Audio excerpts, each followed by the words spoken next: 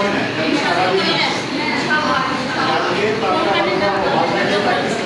এই কথা বলেন না, বাসায় গিয়ে প্র্যাকটিস করবেন। আজকে যাদের কমপ্লিট হয় নাই কালকে গিয়ে আবার করবেন।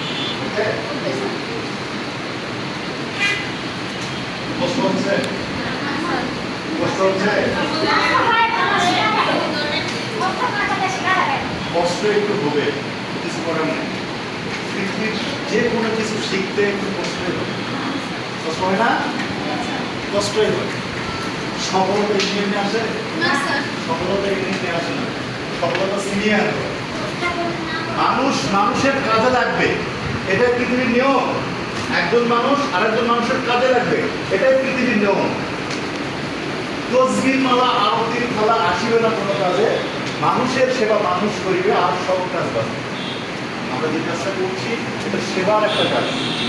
আমরা যে কাজটা করছি এটা সেবার একটা কাজ। আমি বারবার বলে থাকি, আপনার সংসারের সমস্যা, আপনার মানে চালের গ্রামের চাল আছে না শেষের দিকে চলে গেছে, আর একজন খোঁজ দিবে? আপনার সন্তানের স্কুলে বেতন দিতে পারছেন কিনা আর একজন খবর দিবে? আপনার হাজব্যান্ডের অসুখ করেছে, ওষুধ দিতে হবে, এই ওষুধ আপনি কিনতে পারছেন কিনা আর একজন খবর দিবে? আপনার সমস্যায় আছেন না ভালো আছেন আর কারো কিছু যায় আসে? আপনি কত কষ্টে আছেন এই দুনিয়াতে আর কারো কিছু যায় আসে? একজন মানুষের শুধু কিছু যায় আছে, সেটা হচ্ছে আপনার নিজের। আপনি খেয়ে থাকেন আর না খেয়ে থাকেন আর কেউ দেখেন, আপনি ভালো থাকেন আর খারাপ থাকেন আর কেউ দেখেন। সুতরাং নিজেকে ডেভেলপ করতে হবে, নিজের উন্নতি করতে হবে, নিজের জীবনকে একটা সফলতার তরফ করতে নিয়ে যেতে হলে পরিশ্রম করতে হবে।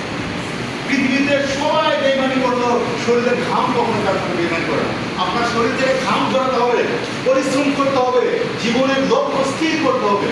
আমি এটা করতে চাই, আপনি করতে পারবেন। ফজরের নামাজের আগে শেষ রাতে মহান রব্বুল আলামিন শেষ আসমানে চলে আসে, এসে বলে, হে আমার বান্দা, তোমরা কে কোথায় আছো? আমার কাছে চাও, আমাকে বলো তোমাদের কার কি লাগবে। কে কোনো অভাবে আছো, আমি তার অভাব মিটিয়ে দিব। কে ঋণগ্রস্ত আছো, আমি তার ঋণ মওকুফ করার ব্যবস্থা করে দিব। কে দুর্বল আছো, কে অসুস্থ আছো, আমি তার রোগের সেবা দান করবো। হাদিস না? বুখারী শরীফের হাদিস কি তা? আল্লাহ প্রতিদিন আসতেছে। আপনি কয়দিন আল্লাহর কাছে বলছেন, আল্লাহ আমার সংসারটা খুবই অসচ্ছল, আমি সচ্ছল হতে চাই, বলছেন?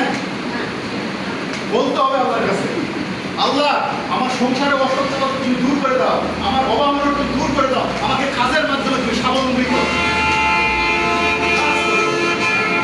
ভালো থাকবেন, সবাই সুস্থ থাকবেন, আমরা সকলেই কাজ করবো, সকলের জন্য সাহায্য করবো। দেখা হবে আগামীকাল। আসসালামু আলাইকুম।